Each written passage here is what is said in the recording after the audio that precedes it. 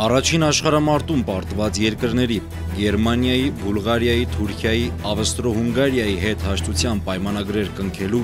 պատերազմի արդյունքներն ամփոփելու եւ հետպատերազմյան խաղաղության պայմանները որոշելու նպատակով 1919 թվականի սկզբին Փարիզում հրավիրվեց խաղաղության վեհաժողով։ Այն քննարկեց նաեւ հայկական հարցը։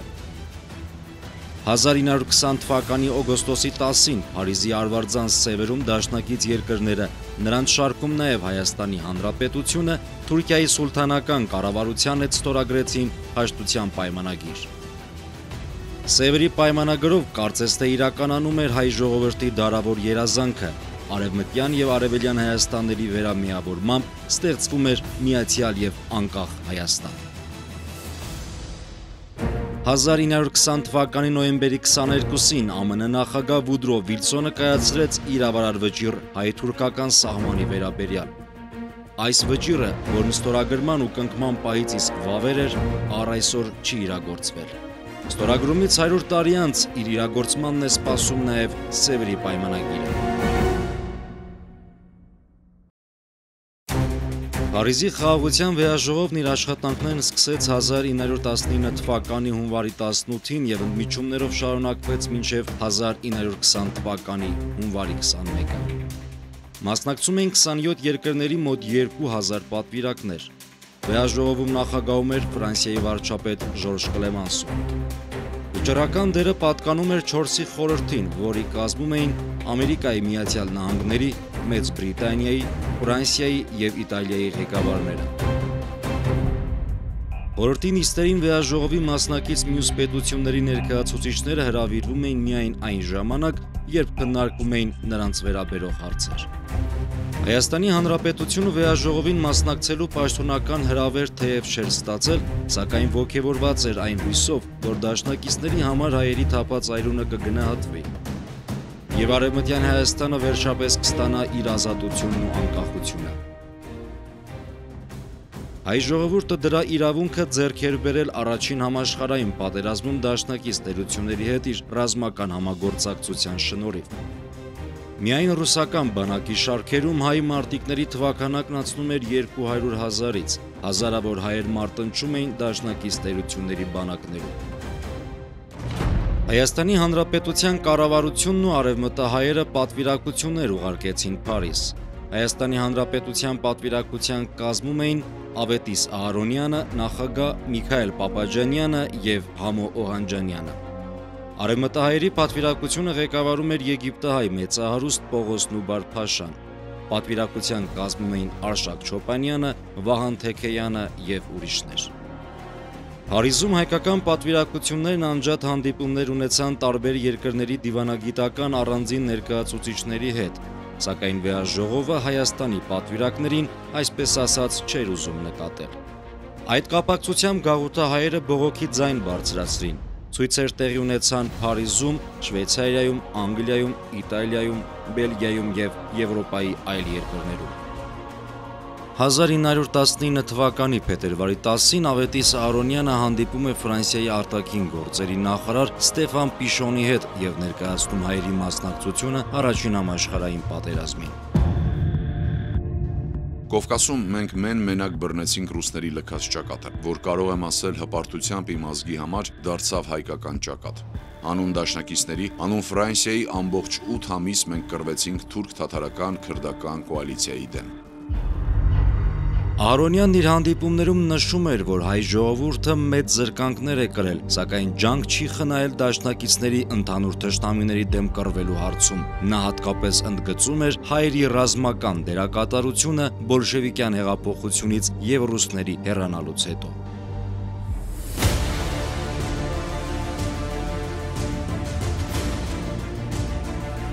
1919 թվականի փետրվարի 12-ին Հայաստանի Հանրապետության պատվիրակության նախագահ Ավետիս Ահարոնյանը եւ ազգային պատվիրակության նախագահ Պողոս Նուբարը բուրըն քննարկումներից ու բանավեճերից հետո Փարիզի վեհաժողովին ներկայացնելու համար ստորագրեցին հայկական ազգային պահանջները պարունակող հուշագիր։ Մի քանի օր անց փետրվարի 25-ին 10-ի խորհուրդը վերջապես լսեց հայկական երկու պատվիրակությունների նախագահներին եւ ընդունեց հայկական պահանջների հուշագիրը Միացյալ Հայաստանի քարտեզով։ Անկախ Հայաստանը պետք է ունենար հետևյալ սահմանները. Վանի, Բիթլիզի, Դիարբեքիրի, Խարվերդի, Սվազի, Էրզրումի, Տրապիզոնի վելայեթները, Կիլիկիայի 4 սանջակները, Մարաշը, Գոզանը, Ջեբել Բերեքեթը եւ Ադանան, Ալեքսանդրեթի նավահանգստով։ Հայկական Հանրապետությունը Կովկասում, ներառյալ Երևանի նահանգը, Թբիլիսիի նահանգի հարավային մասը, Ելիզավետապոլի նահանգի հարավ-արևմտյան մասը եւ Կարսի մարզը, բացի հյուսիսային Արդահանից։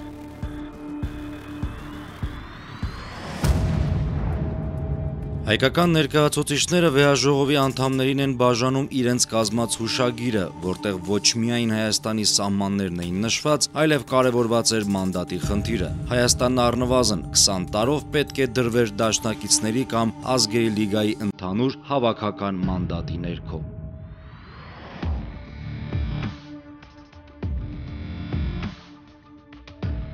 Վեհաժողովում իշխող 4-ի խորհուրդը հայկական հարցը քննարկեց 1919 թվականի մարտին, իսկ մայիսի 14-ին նիստում որոշեց Հայաստանի նկատմամբ հովանավորության մանդատը հանձնել Ամերիկայի Միացյալ Նահանգներին։ Վերջինիս նախագահը համաձայնեց մանդատը վերցնել միաժամանակ Կոստանդնուպոլսի, Սևծովյան նեղուցների, Մարմարի ծովի եւ մերձակա տարածքների նկատմամբ։ Թուրքական նախկին կայսրության որևէ մասի մանդատը վերցնելու խնդրի հետ կապված ԱՄՆ-ին անհրաժեշտ էր կատարել ուսումնասիրություններ։ Այդ նպատակով 1919 թվականի հունիսի 10-ին Թուրքիա մեկնեցին ԱՄՆ ներկայացուցիչներ Չարլզ Քրեյնին եւ Հենրի Քինգը, որպես Փարիզի վեհաժողովի լիազորներ։ Սակայն հետագայում նրանց ներկայացրած զեկուցակագրերը վեհաժողովում դիվանագիտական քննարկումների առարկա չդարձավ։ Բացի այդ, նշված փաստաթուղթը պատասխան չէր տալիս ԱՄՆ նախագահային հուզող բոլոր հարցերին։ Ուստի Հայաստանի մանդատին առնչվող հարցերը համակողմանի ուսումնասիրելու եւ կոնգրեսին համապատասխան զեկուցագիր ներկայացնելու համար Վիլսոնի որոշմամբ 1919 թվականի սեպտեմբերին Անդրկովկաս եւ Փոքր Ասիա գործուղվեց ամերիկյան նոր բազմանդամ պատվիրակություն գեներալ Ջեյմս Հարբորտի գլխավորությամբ։ Պատվիրակությունը 30 օր շրջեց Փոքր Ասիայում եւ Անդրկովկասում, մասնավորապես Կոստանդնուպոլսում, Կիլիկիայում, Սիրիայում, Արևմտյան Հայաստանի նահանգներում, եղավ Կարսում, Սարիղամիշում, Երևանում, Էջմիածնում, որտեղ հանդիպեց ամենայն հայոց կաթողիկոս Գևորգ 5-րդի հետ, ապա անցավ Թիֆլիս, եղավ Բաթումում եւ այլ վայրերում։ Հարբորտի խնդրանքով Հայաստանի կառավարությունը կազմել էր ընդարձակ զեկուցագիր, որում պատասխան էր տրվել ամերիկացիներին հետաքրքրող 40 հարցի։ Գեներալ Ջեյմս Հարբորտի առաքելության զեկուցագիրը 1919 թվականի հոկտեմբերի 16-ին ներկայացվեց պետդեպարտամենտին, այնուհետև Սենատին։ Զեկուցագրում առաջարկվում էր Կոստանդնուպոլիսը, Փոքր Ասիան, Հայաստանը եւ Անդրկովկասը միավորել ԱՄՆ-ի երկարաժամկետ հովանավորության ներքո։ Ընդ որում Հայաստանի եւ Անդրկովկասի համար սահմանված էր մեկ ընդհանուր մանդատ, որը տրվելու էր Ամերիկայի Միացյալ Նահանգներին։ Կոստանդնուպոլսից մինչև Անդրկովկաս միասնական մանդատի ամերիկյան ծրագիրը թուրքանպաստ էր եւ ըստ էության նման էր Կովկասյան տան թուրքական ծրագրին։ Պատահական չէր, որ Մուստաֆա Քեմալը պաշտպանում էր միասնական մանդատի գաղափարը։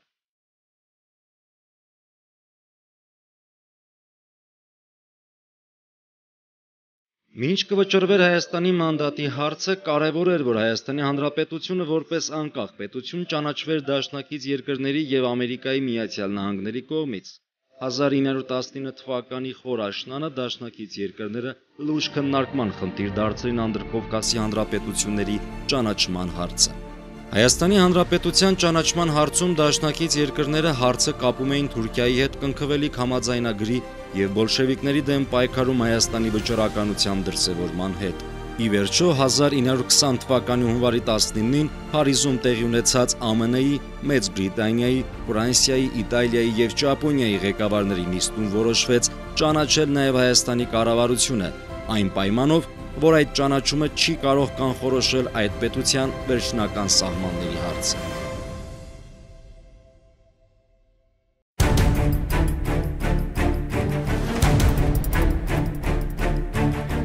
1920 թվականին Հայաստանը հայտնվել էր դաշնակից երկրների, բոլշևիկների եւ Թուրքիայի քաղաքական շահերի արանքում։ Թուրքիայում բախվում էին բոլոր մեծ տերությունների շահերը, իսկ Հայաստանի մանդատի հարցը բոլոր դեպքերում կախված էր Թուրքիայի հետ պայմանագիր կնքելուց։ Այդ ուղղությամբ կարևոր քայլ էր 1920 թվականի ապրիլի 19-ից 26-ը Իտալիայի Սան Ռեմո քաղաքում կայացած դաշնակից տերությունների խորհրդաժողովը։ Այստեղ էր, որ քննարկվող հարցերի շարքում վերջնականապես մշակվեց նաև Օսմանյան կայսրության հետ հաշտության պայմանագրի նախագիծը։ Սան Ռեմոյի խորհրդաժողովում առավել հանգամանորեն քննարկվեց նաև Արևմտյան Հայաստանի հարցը։ Այդ կապակցությամբ Սան Ռեմոյին հրավիրվել հայկական երկու պատվիրակությունների ղեկավարներ Ավետիս Ահարոնյանն ու Պողոս Նուբար-Փաշան։ 1920 թվականի ապրիլ ամսին, երբ որ արդեն ուրվագծվել էր ապագա Սևրը, Սան Ռեմոյի բանակցություններում աշխարհի մեծերը, որոնք հաղթել էին գերմանական խմբավորմանը, որոնց մեջ էին Լոյդ Ջորջը, Անգլիայի վարչապետը, Կլեմանսոն, Ֆրանսիայի նախագահը, Մարշալ Ֆոշը, որ նշանավոր զորավար էր այն ժամանակ եւ Գերմանիային հաղթելու այդ դափնին նա էր կրում, այդ նրանք հավաստիացնում էին, որ Հայաստանը խնդիր չունի, հայկական հարցի լուծումը աշխարհի մեծերը, պատերազմում հաղթած երկրները տեսնում են Հայաստանի երկու հատվածները միմյանց միավորելու տարբերակով։ Սան Ռեմոյի խորհրդաժողովում Մեծ Բրիտանիայի վարչապետ Լոյդ Ջորջը հայտարարեց, որ եթե ԱՄՆ-ն չվերցնի Հայաստանի մանդատը, ինքը հնարավոր չի համարի Մեծ Հայաստանի ստեղծումը։ Նա առաջարկեց հետաձգել հարցի լուծումը մինչև Ամերիկայի Միացյալ Նահանգների կողմից վերջնական որոշման ընդունումը։ Դաշնակից տերությունների գերագույն խորհուրդը նման առաջարկով դիմեց ԱՄՆ կառավարությանը եւ անձամբ նախագահ Վուդրո Վիլսոնին, որպես անկախ եւ միանգամայն անաչառ իրավարարի որոշելու Հայաստանի սահմանների հարցը։ Գերագույն խորհրդին հատկապես հետաքրքրում էր, թե Էրզրումի, Տրապիզոնի, Վանի եւ Բիթլիսի վիլայեթների որ մասերը պետք է միացվեին գոյություն ունեցող հայկական պետությանը։ Ամերիկայի Միացյալ Նահանգների նախագահ Վիլսոնը շուտով պատասխանեց, որ համաձայն է ստանձնելու Հայաստանի սահմանները որոշելու իրավարար առաքելությունը, իսկ 1920 թվականի ապրիլի 23-ին ԱՄՆ կառավարությունը վերջապես ճանաչեց Հայաստանի Հանրապետության կառավարությունը առանց կանխորոշելու պետության սահմանները։ С Мудровексом тоже не так все просто. Վիլսոնի հետ կապված էլ խնդիր կա։ Բանն այն է, որ խոսք էր գնում հայկական տարածքների վրա ամերիկյան մանդատի մասին։ Դա կարևոր հարց էր, հատկապես բոլշևիկների համար, ովքեր դիտարկում էին իմպերիալիզմի տեսանկյունից եւ դեմ էին։ Սակայն ամերիկյան կոնգրեսը չընդունեց Հայաստանի մանդատի հարցը։ Հակառակ դեպքում Հայաստանը կմնար ամերիկյան հովանու տակ, ինչպես Իրաքը Բրիտանիայի, Սիրիան ու Լիբանանը Ֆրանսիայի։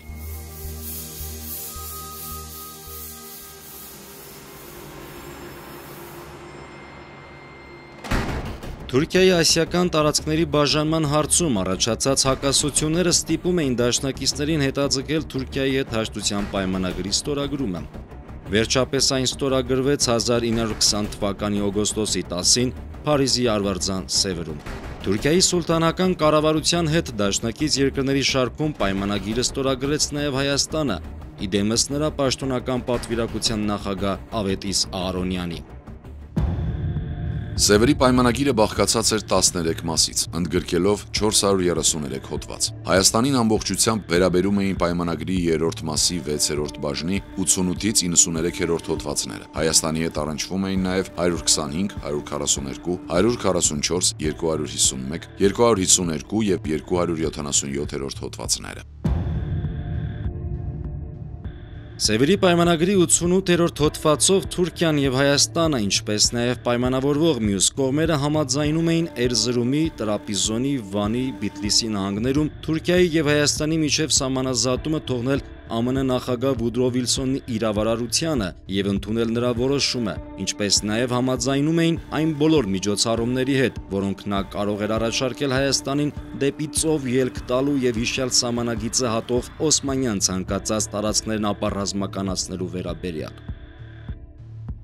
Համաձայն պայմանագրի 90-րդ հոդվածի սահմանագծի որոշման օրից սկսած Թուրքիան հրաժարվելու էր Հայաստանին հանձնված տարածքի նկատմամբ բոլոր իրավունքներից։ Պայմանագրի 92-րդ հոդվածը սահմանում էր, որ Ադրբեջանի եւ Վրաստանի հետ Հայաստանի սահմանները որոշվելու են այդ պետությունների հետ ուղղակի բանակցությունների միջոցով։ Տարաձայնությունների դեպքում սահմանագիծը որոշելու էին գլխավոր դաշնակից տերությունները, սահմանազատումը տեղում գծանշելու պայմանով։ Значительная территория, это вилаеты большей части Ван. Զգալի տարածք էր Վանի վիլայեթի մեծ մասը, Բիթլիսի մեծ մասը, Էրզրումը, Տրապիզոնը, դեպի Սևծով ելքով։ Պետք է լիներ երկաթուղի, որը նախատեսված էր կառուցել Վրաստանի տարածքով։ Բաթումի նավահանգստում համապատասխանաբար տրվում էր տարածք հայկական առևտրի եւ արտաքին կապերի հնարավորության համար։ Բացի այդ, կարևոր դրվագ էր այն, որ խոսք էր գնում քրդական պետության ստեղծման մասին, սակայն այդ հարցը մնում էր թուրքական պետության հայեցողության եւ Անտանտի պետությունների պատասխանատվության ներքո։ 252-րդ հոդվածով Հայաստանին ազատ մուտք էր տրվում դեպի Սևծով, նաև Տրապիզոնի նավահանգստով։ Ընդ որում Տրապիզոնի նավահանգստում Հայաստանին առհավետ վարձակալության էր տրվելու մի տեղամաս, որը դրվելու էր Սևերի պայմանագրով հաստատված ազատ գոտիների ընդհանուր վերահսկողության տակ։ Ինչ վերաբերում է Կիլիկիային, որի հանդեպ հայկական կողմը նույնպես ուներ հավակնություններ, ապա Սևերի պայմանագրով այն չէր նախատեսվում մտցնել ստեղծվող հայկական պետության կազմում, բայց ինչպես նշվել էր ԱՄՆ կոնգրեսում, հասկացվում էր, որ Կիլիկիան պետք է ունենար ինքնավար կառավարություն Ֆրանսիայի հովանավորության ներքո։ Սևերի պայմանագրով իրականություն չի դարձել նաև քուրդ ժողովրդի ինքնորոշման իրավունքը, որը պայմանագրի տեսքով առաջին անգամ ձևակերպվել է 1920 թվականի օգոստոսի 10-ի Սևերի պայմանագրում։ Այն քրդերի համար երաշխավորում էր ինքնավարության իրավունք Թուրքիայի կազմում։ Մեկ տարի հետո այդ ինքնավար կազմավորումը ազգերի լիգայի համաձայնությամբ կարող էր վերածվել անկախ պետության։ Тоже касается. Ինչ վերաբերում է բուն պայմանագրին, այն միտված էր թե հայկական հարցի, թե քրդական հարցի արդարացի լուծմանը։ Երկու հարցերն էլ մինչ օրս կախված են օդում։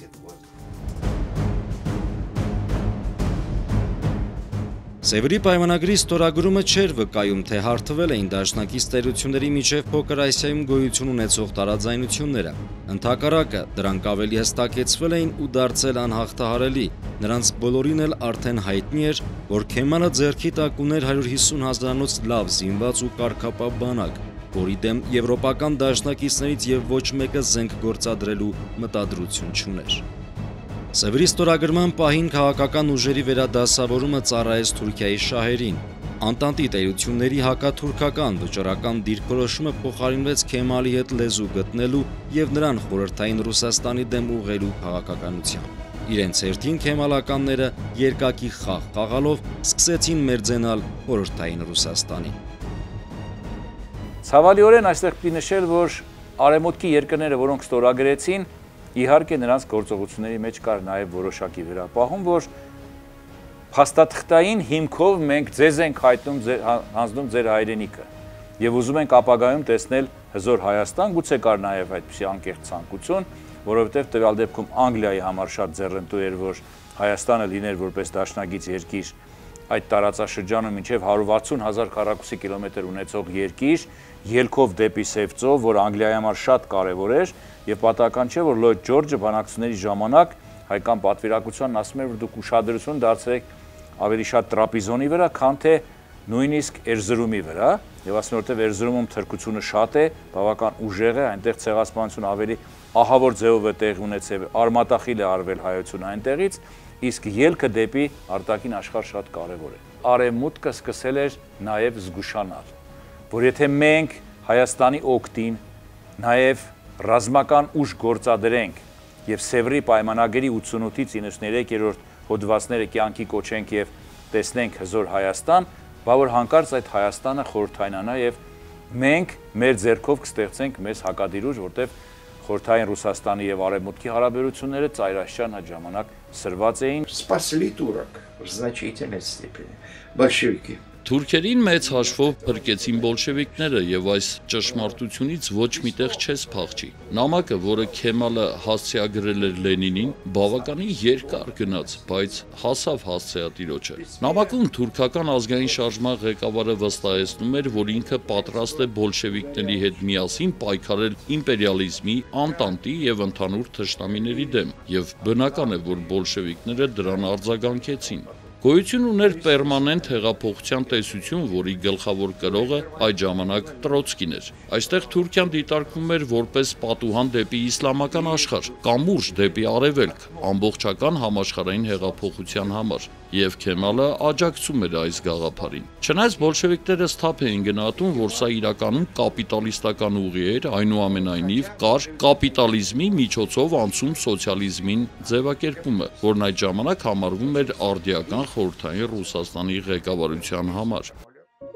Սևրի պայմանագրի չիրագործման պատճառներն ավելի շատ էին ու բազմազան, իրագործումն անգամ կարող էր հանգեցնել տարածաշրջանում լուրջ բարդությունների, քանզի եվրոպական երկրները չունեին քաղաքական կամք միասնական հստակ դիրքորոշում պատերազմը պարտված ու 1.5 միլիոն հայերի ցեղասպանություն, քրիստոնյա այլ ժողովուրդների տեղահանում ու կոտորած կազմակերպած Թուրքիային պատժելու եւ վերջնական ծնկի բերելու հարցում։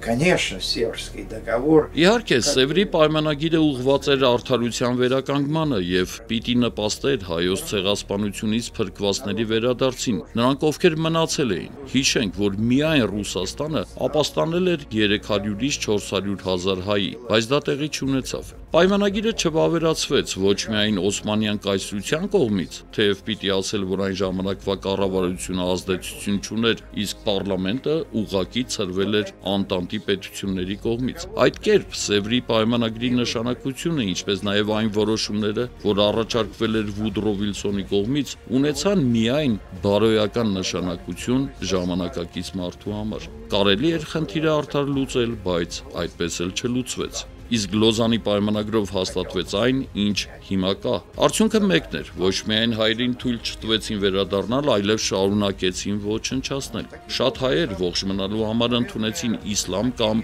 դարձան ալևիներ։ Այդ պատճառով շատ հայեր կան թուրքաբնակ իրանախոս Զազա ժողովրդի մեջ, որոնց քրդերը համարում են քուրդ, իրենք իրենց առանձին ազգություն։ Տարիներ հետո հայ ժողովրդի մեծագույն բարեկամ Նոբելյան մրցանակի դափնեկիր Ֆրիտյոֆ Նանսենը իրավացիորեն կասի.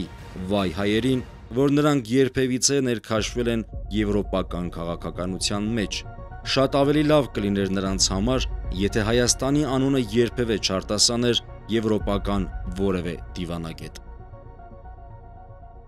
Այսպիսով, Եվրոպան գնալով հրաժարվեց Թուրքիայի ասիական տարածքները բաժանելու իր փայփայած ծրագրից։ Միայն Ամերիկայի Միացյալ Նահանգների նախագահ Վիլսոնը մնաց իր կարծիքին, թե Եվրոպայում թուրքերի մնալը հակաբնական է։ Եվ ահա հավատարիմ իր ստանձնած առաքելությանը 1920 թվականի նոյեմբերի 22-ին Վուդրո Վիլսոնն ստորագրեց իր իրավարար վճիռը, որը դեկտեմբերի 6-ին պաշտոնապես փոխանցվեց Փարիզ դաշնակից ուժերի գերագույն խորհրդին։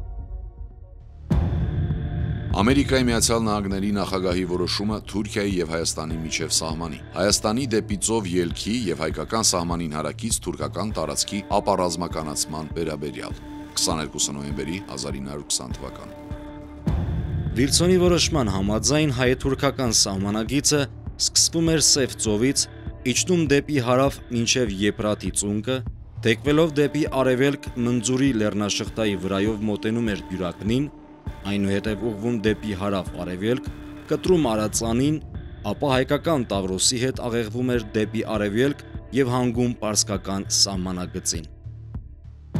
Այսպիսով, Միացյալ Հայաստանը Արևմտյան Հայաստանից պետք է ստանար Վանի եւ Բիթլիսի նահանգների 2/3-ը, Էրզրումի գրեթե ամբողջ նահանգը, Տրապիզոնի նահանգի մեծ մասը, ներառյալ նավահանգիստը, ընդհանուր առմամբ այդ տարածքը կազմում էր 90,000 քառակուսի կիլոմետր։ Միավորվելով այսօր Կովկասում արդեն գոյություն ունեցող Հայաստանի Հանրապետության հետ, որի տարածքը կազմում էր 71,330 քառակուսի կիլոմետր, հայկական անկախ պետությունը կունենար 161,330 քառակուսի կիլոմետր ընդհանուր տարածք դեպի Սև ծով ելքով։ Որպես արբիտրաժ, արբիտրը իր իրավասությունը ստանում է կողմերի համաձայնությամբ։ Երբ Թուրքիան եւ Հայաստանը ստորագրել են դաշնագիրը, իրենք իրականության մեջ այդ իրավասությունը տվել են նախագահ Ուիլսոնին որոշում կայացնելու այդ 4 վիլայաթների հարցում։ Նաեւ պայմանագրի 90-րդ հոդվածում նշված է, որ այն պահին, որ այդ սահմանների հարցը արբիտրի որոշումով կորոշվի, կհստակացվի, կգծվի, Թուրքիան որոշման թվականից ուրեմն ինքը հրաժարված կհամարվի այդ հողատարածքներից, որոնք մաս կկազմեն արդեն Հայաստանի ուրեմն հողատարածքին Հայաստանի։ Այն, որ պայմանագիրը չի ստացել կատարողական ուժ, ոչ մի առնչություն ընդհանրապես չունի Ուիլսոնի վճռին, որովհետև վճիռը տրված է այն ժամանակ, երբ պայմանագիրը վավերական պայմանագիր էր։ Ոչ ոք դա չէր մերժել։ Ինչպես Սևրի պայմանագիրը, այնպես էլ հայ-թուրքական սահմանի վերաբերյալ ԱՄՆ նախագահի իրավարար վճիռը, որի տարբերություն Սևրի պայմանագրի վավերեր ստորագրման եւ կնքման իսկ պահից դեռ չեն իրագործվել։ Այդ փաստաթղթերը Արևմտյան Հայաստանի նկատմամբ հայ ժողովրդի իրավունքների միջազգային ճանաչումն են եւ անգամ 100 տարի անց արժանի են միջազգային իրավական եւ քաղաքական լուրջ վերաբերմունքի։ Ինչպես ասում են, երբեք ուժ չէ սխալն ուղղել, մանավանդ երբ Թուրքիան անպատժելի արարքներից ոգևորված շարունակում է սպառնալ Եվրոպային ու գործել նոր անցանքներ։ Ուիլսոնի իրավարարի վճիռը տրվել է այն պահին, երբ Սևրի դաշնագիրը վավերական դաշնագիր էր, ոչ ոք դա չէր մերժել, ոչ մի ժամանակի սահմանափակում չկար դրա հաստատման համար, ոչ մի առարկություն չէր ներկայացրել դրա վավերականության կապակցությամբ, ուրեմն եւ որպես արբիտրի վճիռ ինքը համարվում է օրինական վճիռ կայացված արբիտրաժի բոլոր սկզբունքների համաձայն։ Այն որ հատկապես պետք է այստեղ նաև ավելացնեմ, որ նորից արբիտրաժային սկզբունք է, որ անկախ նրանից թե պայմանագիրի ճակատագիրը ինչ է դառնում հետագային, արբիտրաժի կամ իրավարարության մասին հոդվածը ինքը համարվում է անկախ եւ առանձին հոդված, որ կարող է որ կմնա ուժի մեջ, անգամ եթե բուն պայմանագիրը չեղյալ դառնա, կամ բուն պայմանագիրը ի սկզբանե չեղյալ համարվի։ Ուրեմն եւ նորից, անկախ ամեն ինչից, այդ մեկ հոդվածը կշարունակի մնալ իր ուժի մեջ, շարունակել է մնալ իր ուժի մեջ, որոշումը կայացվել է դաշնագրի վավերականության շրջանում։ 18 հիմնական երկրներ, որոնք ստորագրել են այդ փաստաթուղթը, ոչ միայն դե յուրե արձանագրում են Հայաստանի իրավունք Արևմտյան Հայաստանի նկատմամբ, այլև որպես փաստաթուղթ նույնիսկ չվավերացված տարբերակով շարունակում են պահել իրենց արխիվներում եւ ցանկացած ժամանակ Թուրքիայի հետ հարաբերվելիս անընդհատ ժամանակ առ ժամանակ օգտագործեն, ինչպես ժամանակին դա արեց Միացյալ Նահանգները Թուրքիայի տարածքում բազաներ տեղադրելու առումով։ Մեծավոր արևելքը մտնում է իր զարգացման մի փուլ, երբ սկսվելու է պետությունների նոր տարածքների, նոր սահմանների առաջացում։ Շիականության ուժեղ հարվածը, սուննիական, տեսնում ենք Իրանի հետ ինչ է կատարվում, ինչպես են ճնշում Իրանի վրա։ Եվ ես կարծում եմ, որ բոլոր այս զարգացումները աշխարհաքաղաքական, որը դեռ շարունակվելու են եւ ավելի խորանալու են, հանգեցնելու են նրան, որ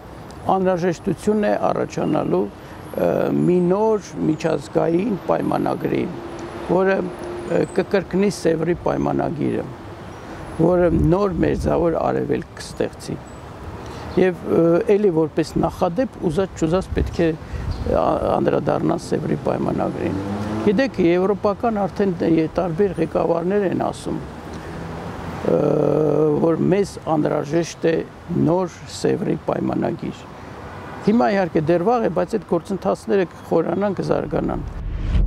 Վաղուց միջազգային վերլուծաբանները խոսում են Թուրքիայի Սևերյան սինդրոմի մասին։ Անկարան 100 տարի ամեն ինչ անում է, որ վերադարձ չլինի Սևերին, եւ պատահական չէ, որ Սևեր բառն Անկարայում սարսափ է առաջացնում։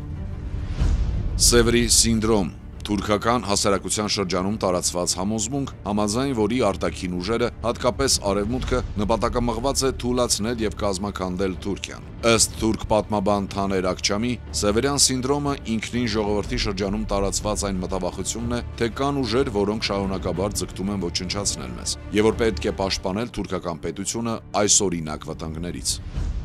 Այդ վախը, որ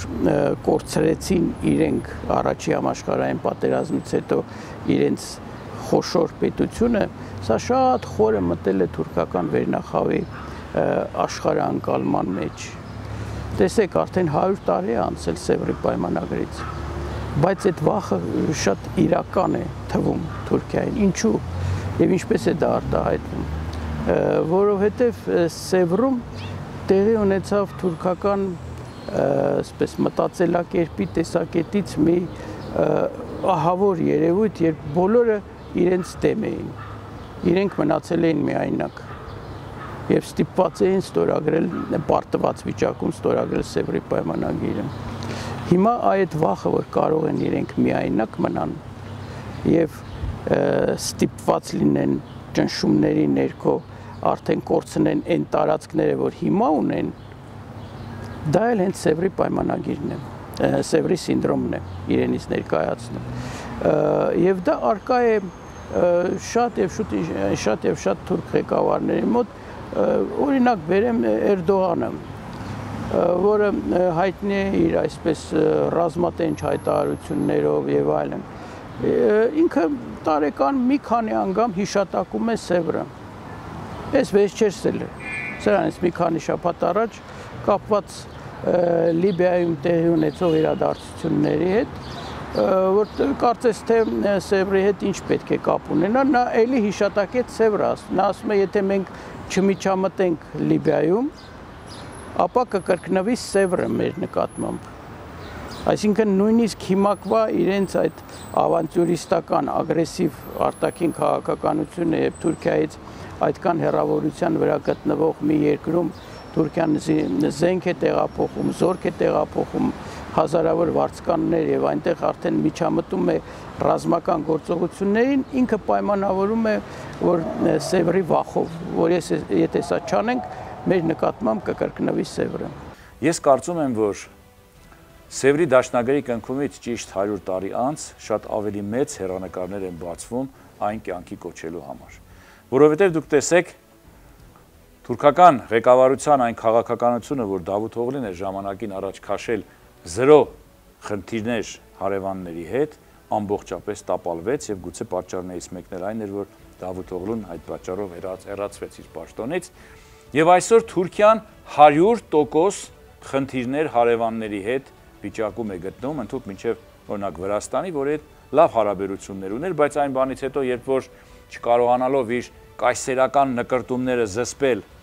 Էրդողանը հայտարարեց, թե Լոզանի կոնֆերանսի պայմանները մեզ համար ընդունելի չեն, եւ միայն Արդվինի օկրուգով չէ, որ պիտի բավարարվենք եւ Բաթումի մարզը եւս մեզ է պատկանում, սա իհարկե նաեւ վրացական կողմին բավականաչափ զգուշացրեց եւ հստակ ցույց տվեց, որ Թուրքիան հավակնություններ ունի նաեւ Վրաստանի նկատմամբ եւ տնտեսապես այն նվաճելու ծրագրից բացի նաեւ ռազմաքաղաքական առումով նվաճելու նպատակ ունի։ Էլ չեմ ասում Կիպրոսի, Հունաստանի, արաբական աշխարհի, Իրաք, Սիրիայի հետ հարաբերությունների ծայրաշճան սրումը, այն դեպքում, երբ 2000-ականների սկզբին նույն Լիբանանում, Սիրիայում, Իրաքում կար որոշակի ոգևորություն, որ Թուրքիան վերջապես նորից դարձել է իսլամական աշխարհի առաջնորդ երկիր եւ իրենք պետք է հետևեն Թուրքիային։ Իսկ այժմ, երբ որ ամենուր թշնամական վերաբերմունք կա Թուրքիայի նկատմամբ հարևանների կողմից եւ այս ամենին գումարվում են երկու աշխարհակալ տերությունները, այո, կարող է շատ նպաստավոր իրավիճակ ստեղծվել Սևրի դաշնագրի կապակցությամբ եւ մենք որպես պետություն, որպես հանրույթ, ազգություն, աշխարհի երեսին սփռված եւ մեր իրավունքները ոտնահարված պետք է հետամուտ լինենք Սևրի դաշնագրի խնդրի կյանքի կոչմանը եւ եթե խոսում ենք հայոց ցեղասպանության մասին, բնականաբար պիտի առաջնորդվենք իրավական հիմքով, որը որ Վուդրո Վիլսոնի իրավարար վճիռն է, որի համաձայն Տրապիզոն, Էրզրում, Բիթլիս, Վան վիլայեթների մեծագույն մասը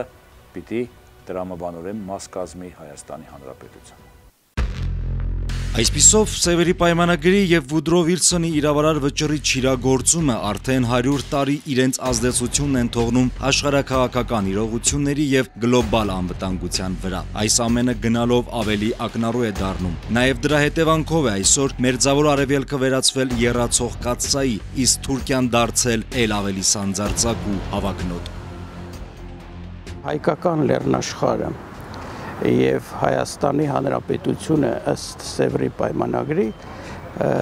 զբաղեցնելու էին այնպիսի մի աշխարհագրական դիրք, որը իշխող էր լինելու ժամանակակից Մերձավոր Արևելքի համար։ Եվ պատկերացնում եք խոշոր քրիստոնեական պետություն, որը հյուսիսից գերակշռելու է Մերձավոր Արևելքի վրա։ Սա բացի աշխարհագրական նշանակությունից ունի նաև շատ կարևոր աշխարհաքաղաքական նշանակություն։ Նախագահ Վիլսոնը եւ նրա առաջադրանքով այն 3 մասնագետները, որոնք գծեցին հայ-թուրքական սահմանը, ըստ Վիլսոնի իրավարար որոշման, նրանք սա հաշվի էին առել։